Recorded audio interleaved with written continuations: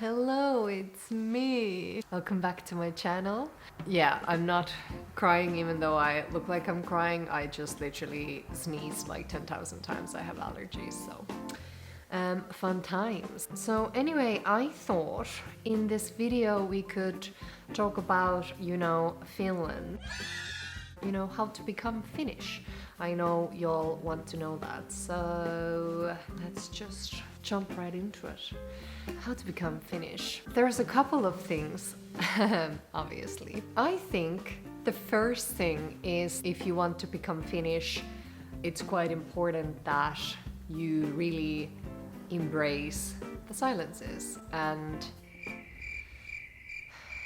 if you don't have anything essential to say, you shouldn't feel like you have to say something. Silence, whether it's with people and in like social situations, or whether that's in nature.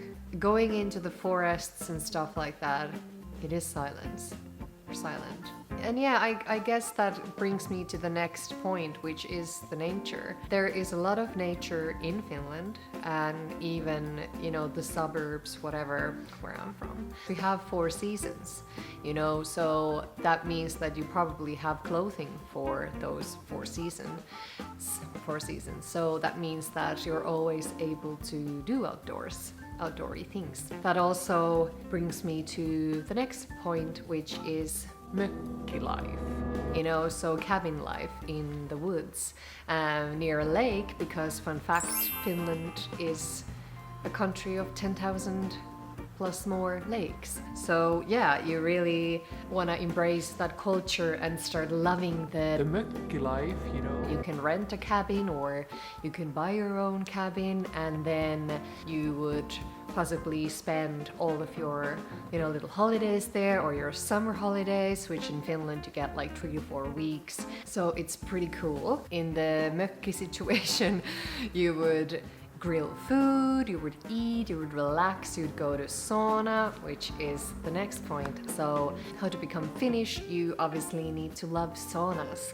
So even I have to say that being kind of out of that environment, I'm a lightweight. So that means that I can probably last for about 2 minutes, and then I have to take a break. There's a lot of opportunities, even in Helsinki, to actually just go to a sauna. There's a lot of like public places that are pretty cool. And then usually all those cabins that I mentioned, they might have a public sauna or a sauna in the cabin or something like this. I don't know if that's actually common, but Sherlock, what do I know? I guess the next thing is also, the Finnish food. There are some things that are very exotic to some people, like salmiakki, the salted licorice, which I think it's fab. And you also have like ice cream in that form, we kind of incorporate that to anything, and like chocolate, licorice, and yeah, whatever. Some of the good things are Karelian pasties, which basically are made of like rye flour and rice in the middle, and then normally you would boil some eggs and mix it with butter.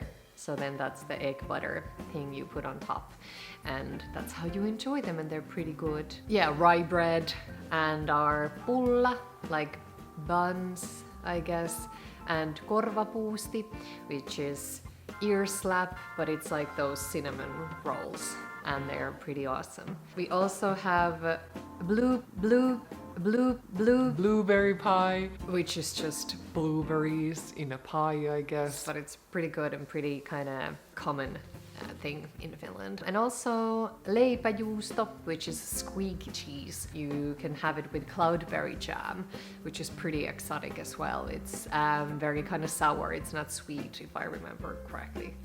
I could be wrong. And then of course we have our own chocolate brand, Fazer, and they have all these different kind of cool flavors. You have the standard ones, and then like they kind of bring out new flavors every year or so. And then I guess, going back to the different seasons we have, it's pretty common that in the winter time you do like a lot of winter sports. There are like ski slopes, up in the north, or you could basically just take the skis and go to any forest that has snow, because you need snow in order to ski. So there are obviously winters where there aren't a lot of snow, so can't ski then.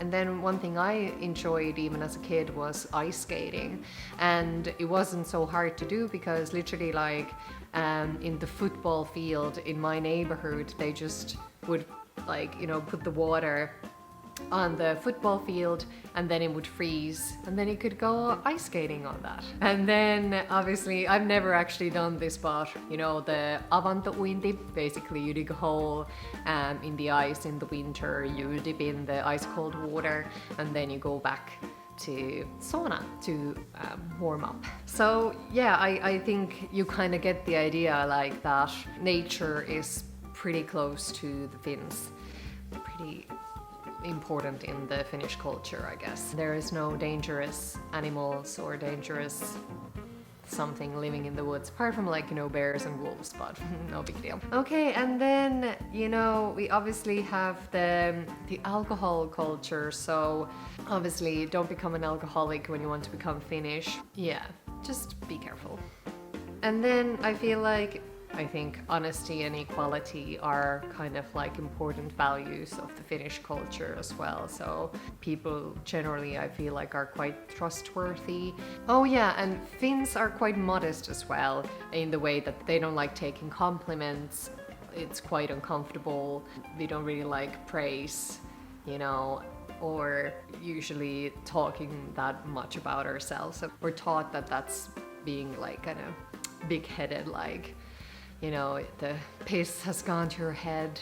So anyway, yeah, so I think that's some of the things that you can, you know, try and do if you want to become Finnish. And yeah, thanks for watching this video and I will see you in the next one. Okay, bye bye bye bye bye bye bye bye bye.